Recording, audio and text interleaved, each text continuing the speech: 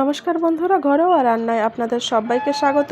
আজ আমি বানাচ্ছি সয়াবিন বড়ির একটি রেসিপি। তো এটা অনেক সহজ আর সিম্পল রেসিপি। তো দেখতে থাকুন আর সাথে থাকুন কিভাবে আমি বানাচ্ছি। 15 থেকে 20 মিনিট আমি সয়াবিন বড়িটাকে ভিজিয়ে রেখেছিলাম, দিয়ে 3 থেকে 4 বার আমি এইভাবে ধুয়ে নিয়েছি।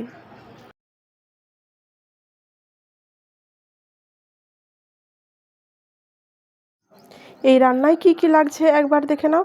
লাগছে সয়াবিন বড়ি, তো লাগছে গ্রেট করে রাখা পেঁয়াজ, আদা রসুন বাটা, টমেটো গ্রেট করে রেখেছি, আর যে সমস্ত ঘরে শুকনো মশলাগুলো থাকে হলুদ, জিরে, ধনে, লঙ্কা আর গরম মশলার গুঁড়ো, সেগুলোই লাগছে।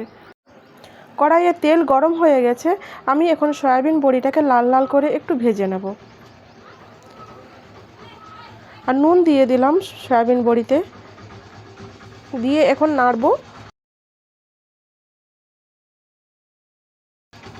দেখুন হালকা লাল লাল হয়ে গেছে, এখন আমি তুলে নেব।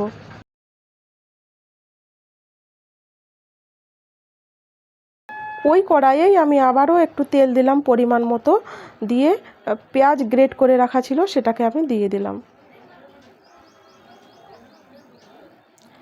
দিয়ে দেব আদা রসুন বাটা, দিয়ে আবারও একটু নাড়বো যতক্ষণ না আদা রসুনের কাঁচা গন্ধটা চলে যায়। এবার সমস্ত রকমের শুকনো মশলাগুলো দিয়ে দেব।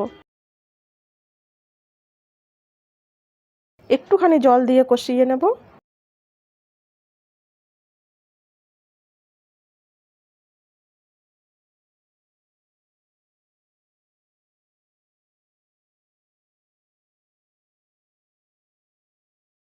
দিয়ে দেব টমেটো,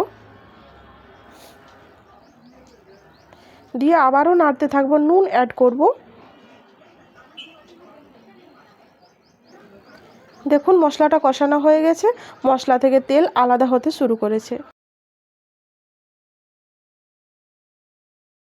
এখন আমি দিয়ে দেব ভেজে রাখা সয়াবিনের বড়ি, দিয়ে আবারও আমি 5 থেকে 7 মিনিট কষিয়ে নেব। কষানো হয়ে গেছে, আমি এখন পরিমাণ মতো জল দিয়ে দেব।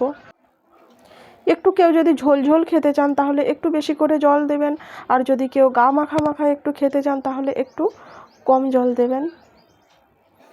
আমি বেশি ঝোল করব না, তাই জন্য আমি একটুখানি জল দিলাম। ঢাকা দিয়ে রেখে দেব। ঢাকা তুলে নিচ্ছি। দেখুন আমার রান্নাটা হয়েই গেছে।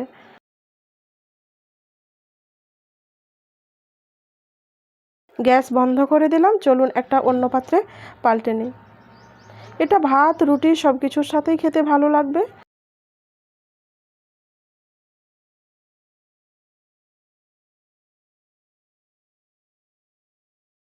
দেখুন রান্নাটা দেখতে যেরকম সুন্দর হয়েছে, খেতেও কিন্তু দুর্দান্ত হয়েছিল।